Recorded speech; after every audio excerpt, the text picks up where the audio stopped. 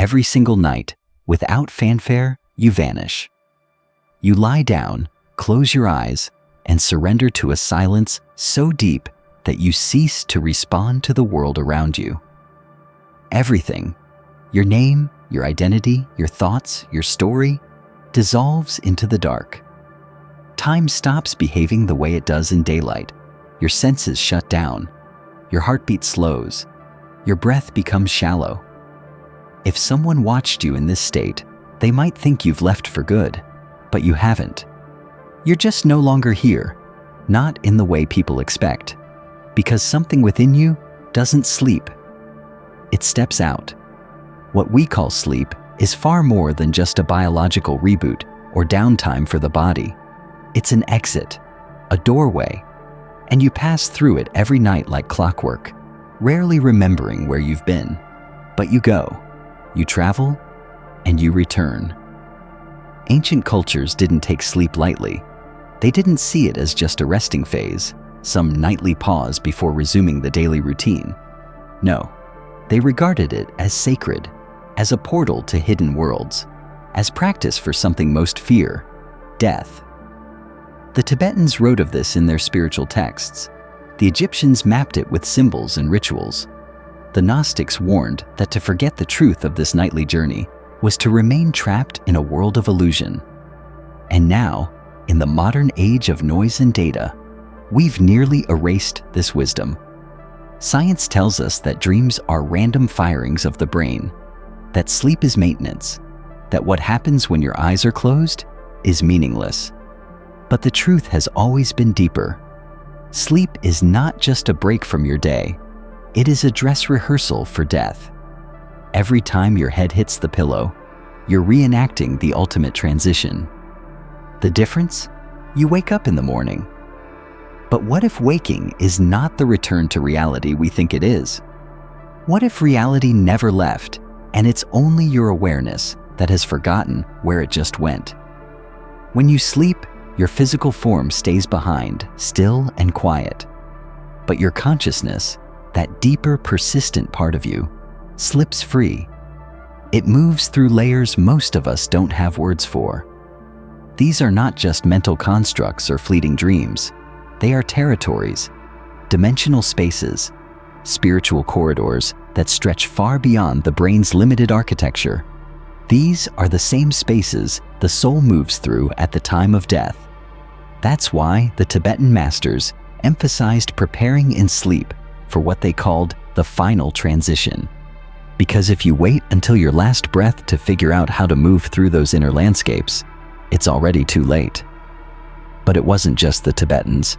The Egyptians spoke of the duat, the mystical underworld where the soul faced mirrors, guardians, and illusions.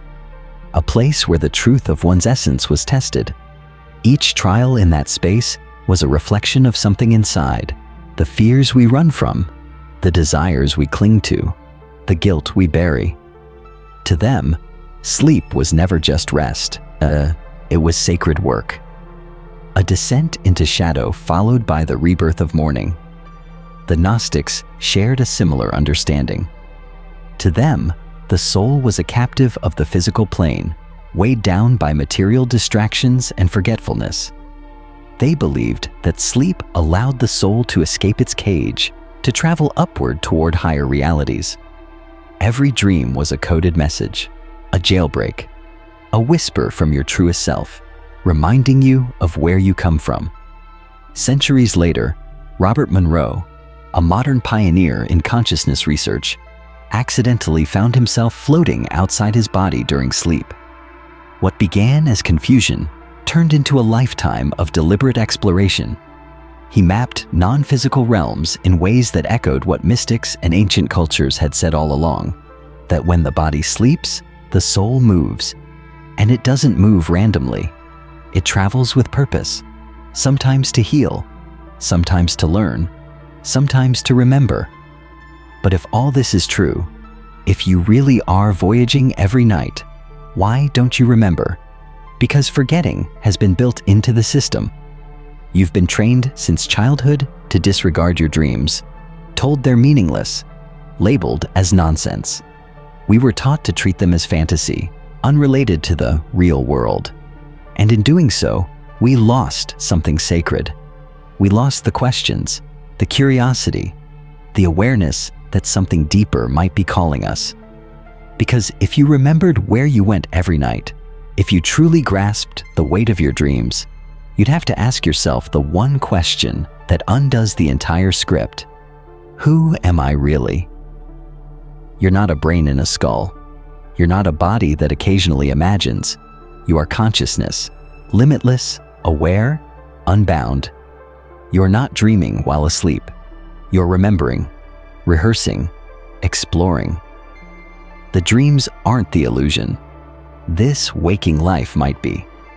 Every time you sleep, you're stepping off the stage of your daily performance and into a realm not ruled by clocks or gravity or social rules. That's the part they never told you. Because those who benefit from your obedience, from your numbness, can't afford for you to remember how powerful you are. What if sleep isn't a shutdown, but a reboot of truth? What if the dreams that shake you, that echo for days, that feel more vivid than waking life? What if those are the real moments? What if you've been told all your life to ignore the very thing that could show you who you truly are? There's a reason ancient teachings survived for thousands of years. They carry wisdom that can't be buried by technology or erased by distraction. The Tibetan Book of the Dead didn't just prepare people for death, it prepared them for sleep. They taught that during dreams, you enter one of the 6 bardos, or intermediate states. These are realms that exist between life and death, thought and form. And the bardo of dreaming is one you visit every single night. In that space, the rules change. Your body is irrelevant. Your job, your schedule, your reputation, none of it comes with you. You arrive in the bardo as you truly are, raw, fluid, exposed. And in that space, thoughts become reality.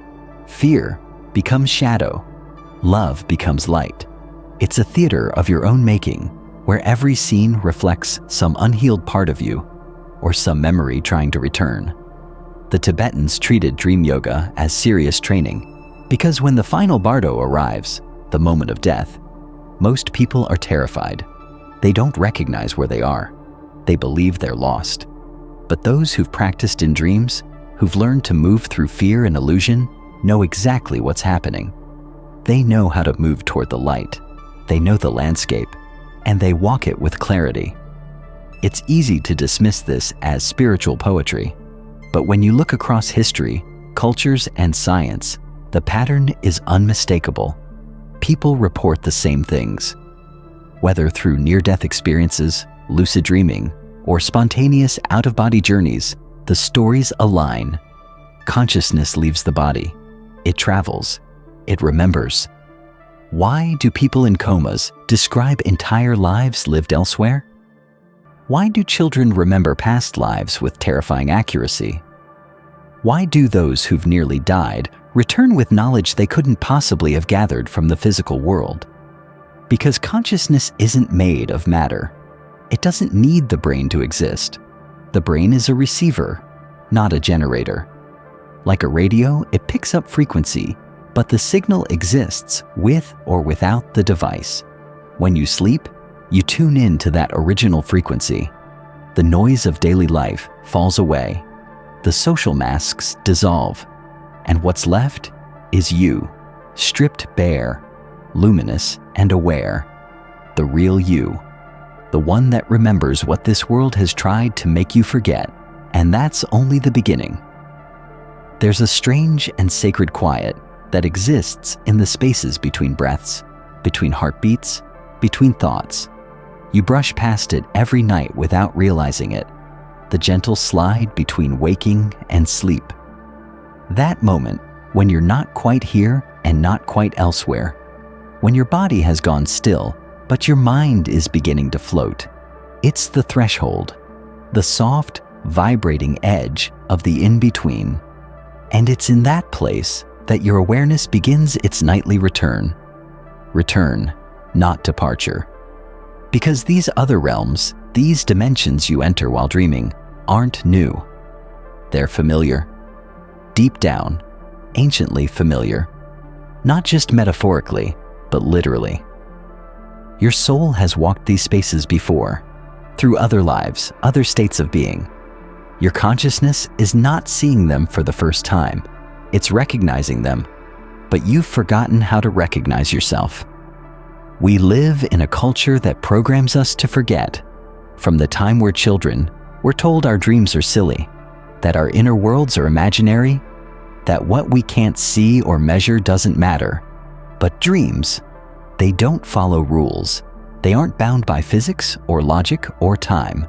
They're untamed, and that's precisely what makes them dangerous to systems that rely on order and predictability. A dreaming soul is a free soul, and a free soul is hard to control.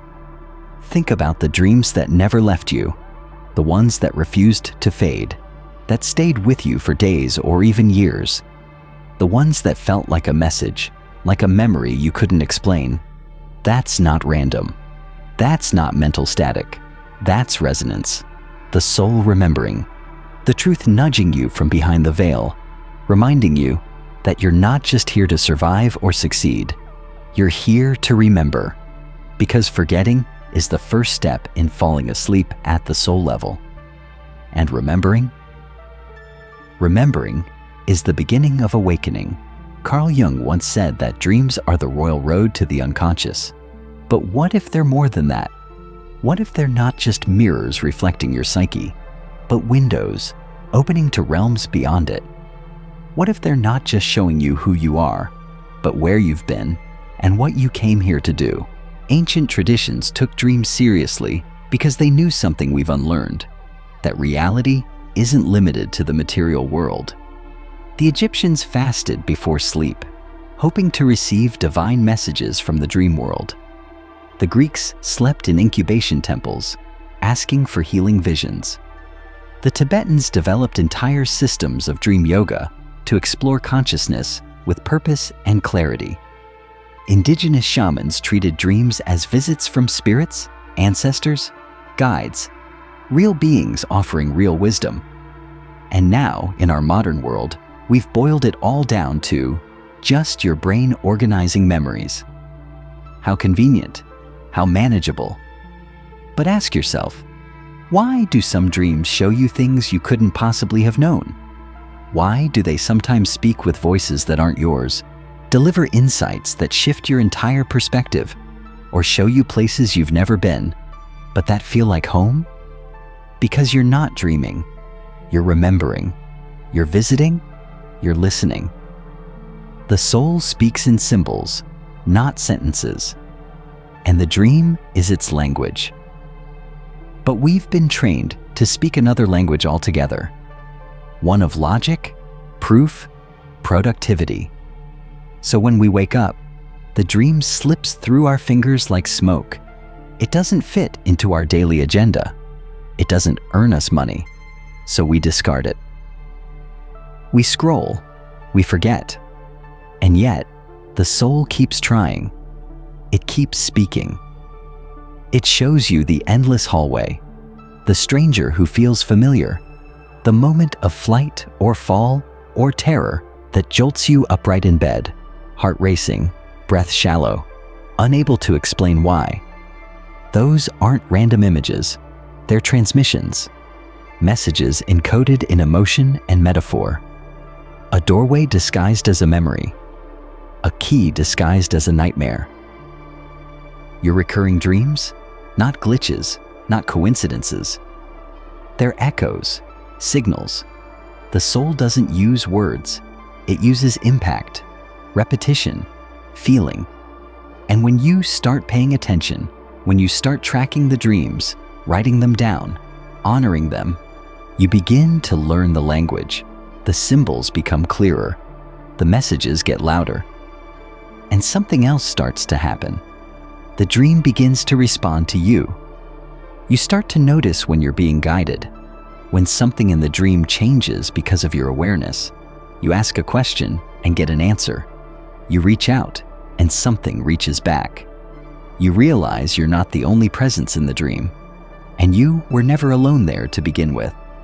Lucid dreaming is more than just a trick of the mind. It's not about controlling the dream like a sandbox game. It's about becoming conscious in a space where consciousness is fluid and creation is instant. The Tibetans practiced it not to play, but to prepare. They used it to train the soul. Because in the dream realm, just like in the afterlife, awareness is the only currency, and the untrained mind gets lost there.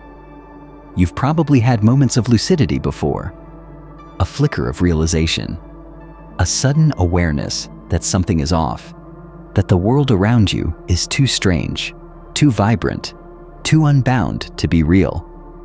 Maybe you looked at your hands and knew. Maybe you tried to fly. Maybe you did.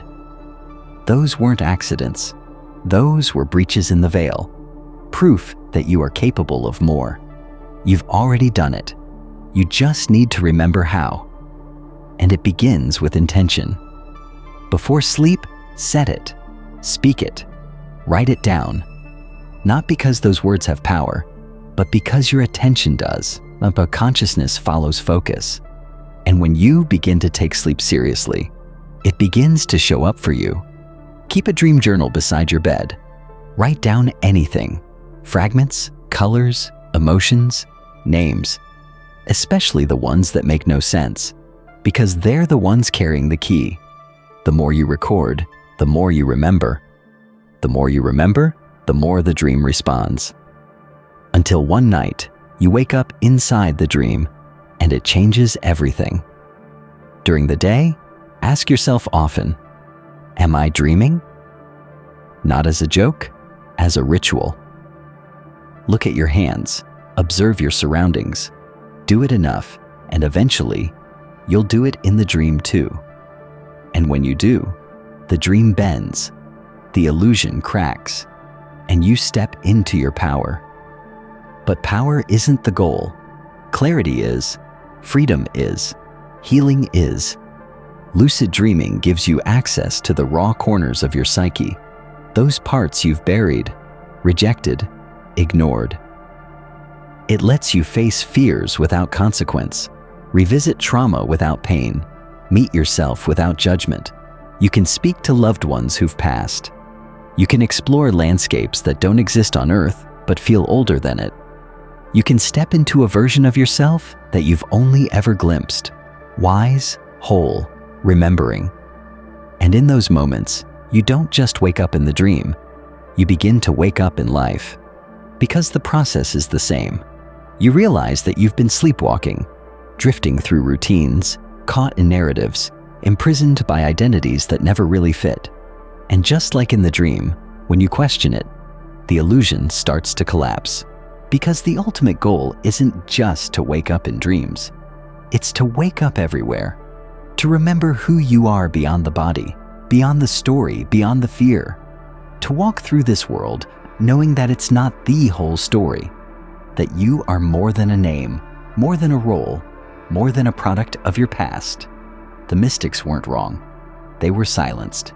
Because a soul that remembers is dangerous. Not because it destroys, but because it refuses to be destroyed. It doesn't bow to fear. It doesn't cling to falsehoods. It doesn't trade truth for comfort. And the world doesn't know what to do with people like that. You've likely had experiences you can't explain.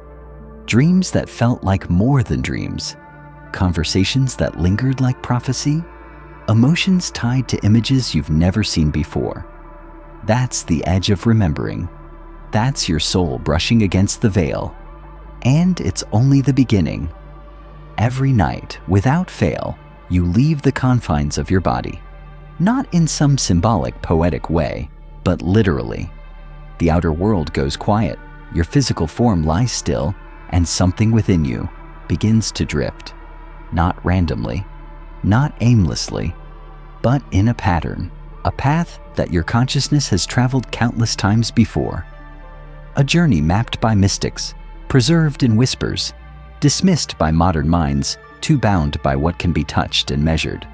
You return to places beyond the boundaries of this waking world, dimensions structured not by geography, but by frequency.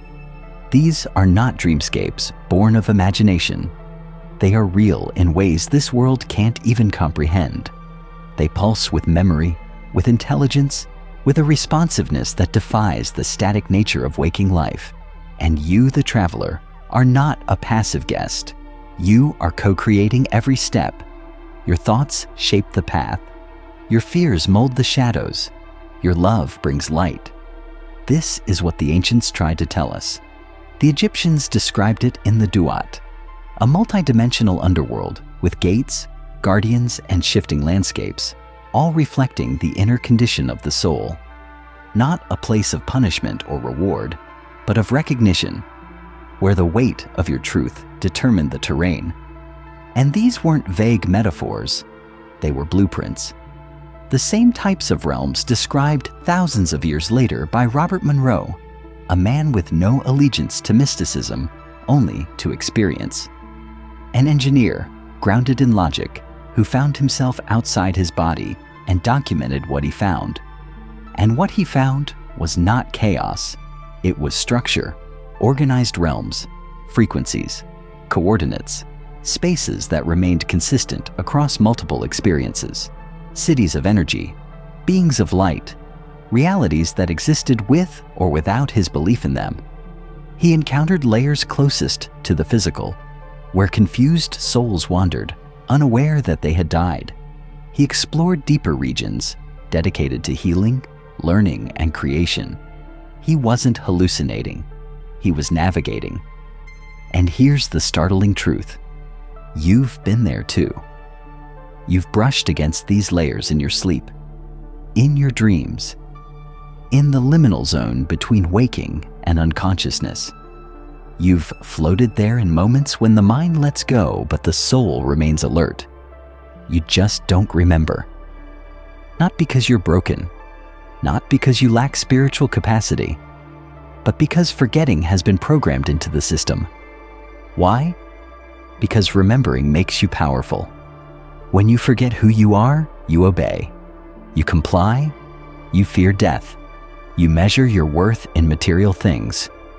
But when you remember, truly remember, that you are not your body, that you've walked other worlds, that you've stood in front of truth itself in dream form, then nothing can control you. You stop clinging to things that decay. You stop believing the lie that this is all there is, and you become sovereign. That is why the mystics were silenced, not because they were delusional, but because they were right. They remembered too much. They spoke truths too vast to be captured in doctrine, and they pointed inward, away from temples and thrones and institutions, toward the soul, toward the quiet space behind the eyes where everything begins. This is not mythology. This is not wishful thinking. This is the core of your nightly experience. You travel through bardos, intermediate states, every single night. And one of those bardos, according to Tibetan teaching, is the dream bardo, a real dimensional space, a living system. Every dream you have is a footprint in that place. Some nights, it feels like chaos, a swirling mess of symbols and distortions. That's not failure. That's early stage navigation. That's your consciousness walking through lower frequency zones, formed by unresolved thoughts, suppressed fears, lingering attachments. And other nights, something shifts. A lucidity, a light, a sudden knowing. The terrain becomes clearer. The dream responds. That's not coincidence. That's ascension. You're not moving through these places by accident. You're preparing, training, rehearsing. Because when the time comes to cross over, when the final sleep arrives, your familiarity with these realms matters. The person who has practiced walking through fear in dreams will know how to walk through the illusions of death. The person who has met their shadow in sleep will not flinch when that shadow appears at the threshold. They will recognize the space, and more importantly, they'll recognize themselves. The afterlife is not a reward, it's a mirror. It reflects your state of consciousness. If you are rooted in fear, you'll descend to heavy, tangled layers. If you're steeped in clarity, you rise. Not through judgment, but through resonance.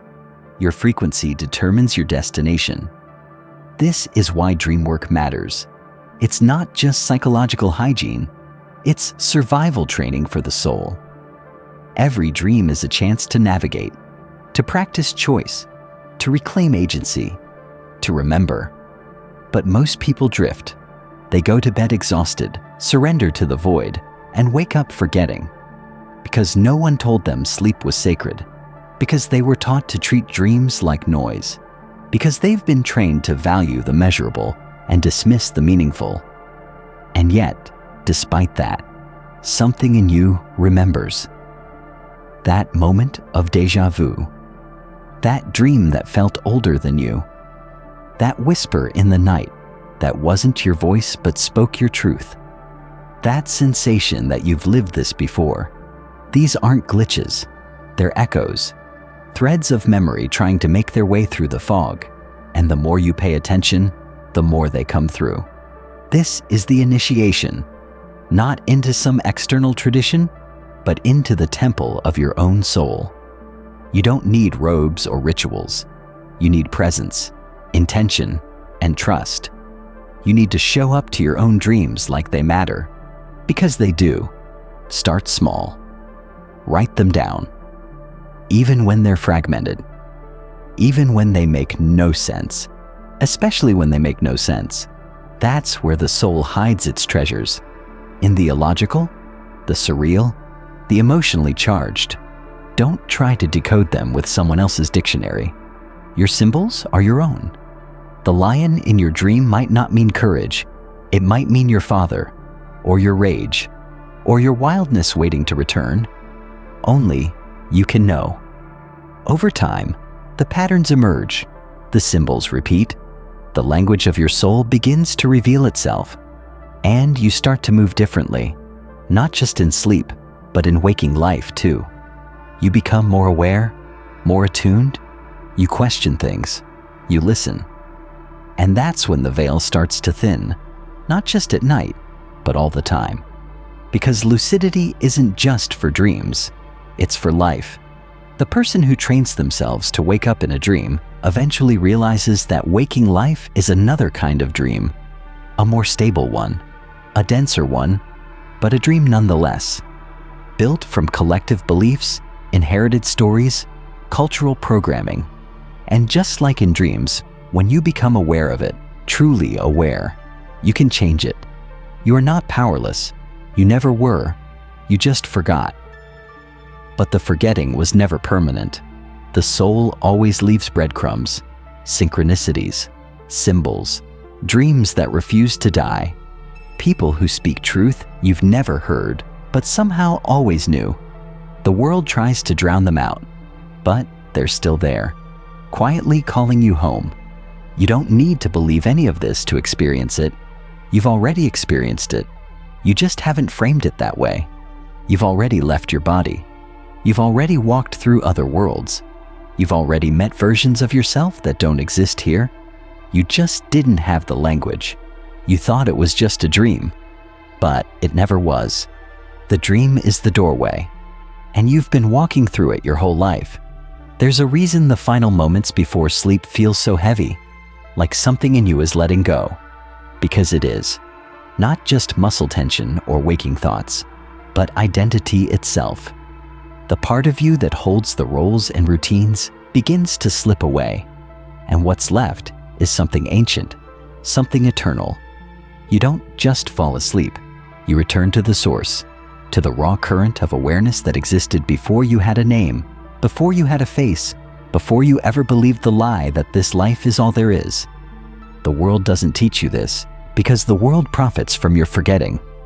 Institutions, systems, ideologies, they all depend on you staying asleep, on you believing you are small, finite, powerless. Because once you realize what you really are, once you truly begin to remember, you become ungovernable, not in rebellion, but in presence. You start to move through life differently, no longer motivated by fear, no longer hypnotized by the script you were handed at birth. That's why this knowledge has been buried. Not because it's dangerous in a destructive sense, but because it's liberating in a way that breaks everything false. The Tibetans knew it. The Gnostics lived it. Indigenous wisdom keepers carried it forward despite colonization and suppression. And even in the modern age, despite every attempt to sterilize spirituality and reduce dreams to brain static, this truth continues to pulse through the cracks in the system. You're not dreaming when you sleep. You are remembering. You are rehearsing. You are returning. And here's the thing. They told you you'd die once. But the truth is, you die every night. You practice it. You soften into it. And you wake up every morning with the opportunity to bring something back. A feeling, a symbol, a shift. But most people don't. Most people wake like amnesiacs, wiping the slate clean before the coffee even brews. Not because they want to forget, but because they were never told remembering was even possible. But you're here now. You've made it this far. That means something in you is stirring. Some inner thread has begun to vibrate in recognition. And once that thread is touched, you can't go back to sleep in the same way. You can't shrug off your dreams like meaningless chaos. You can't look at sleep like just a pause, because you've felt it now. The truth humming beneath everything. The map inside you beginning to unfold. That's what dream work is. It's not some hobby for mystics or spiritual escapists. It's a discipline of memory. A reclaiming. A refusal to let this life be your only story. Because it's not. You've walked other realms. You've stood in luminous halls where thought becomes color and emotion becomes architecture. You've been in shadowy places where your own unhealed parts chase you in forms that terrify, not to harm you, but to be seen. You've met beings who aren't figments of imagination, but intelligences from a deeper layer of existence, guides, messengers, fragments of your own higher self. And still, you doubt. Because you were told to doubt. You were told dreams are just dreams. You were told imagination isn't real. But what if it's the realest thing you have? What if the imagination is not invention, but memory in disguise? What if every impossible place you've seen in your sleep is more truthful than the cities you've driven through? What if the landscapes that made no sense on paper felt so true because they were? Because they are. The bardos, the in-between states, are not metaphors. They're actual layers of experience, shaped by consciousness. When you sleep, you move through them. Some of them are dense and murky. Others are crystalline and open. Some are confusing because you're dragging your waking mind into them, trying to decode everything like a puzzle. But the deeper you go, the more you learn to feel instead of analyze. And in that space, understanding comes without words. You simply know. And you've had moments like that. Moments where you woke up changed.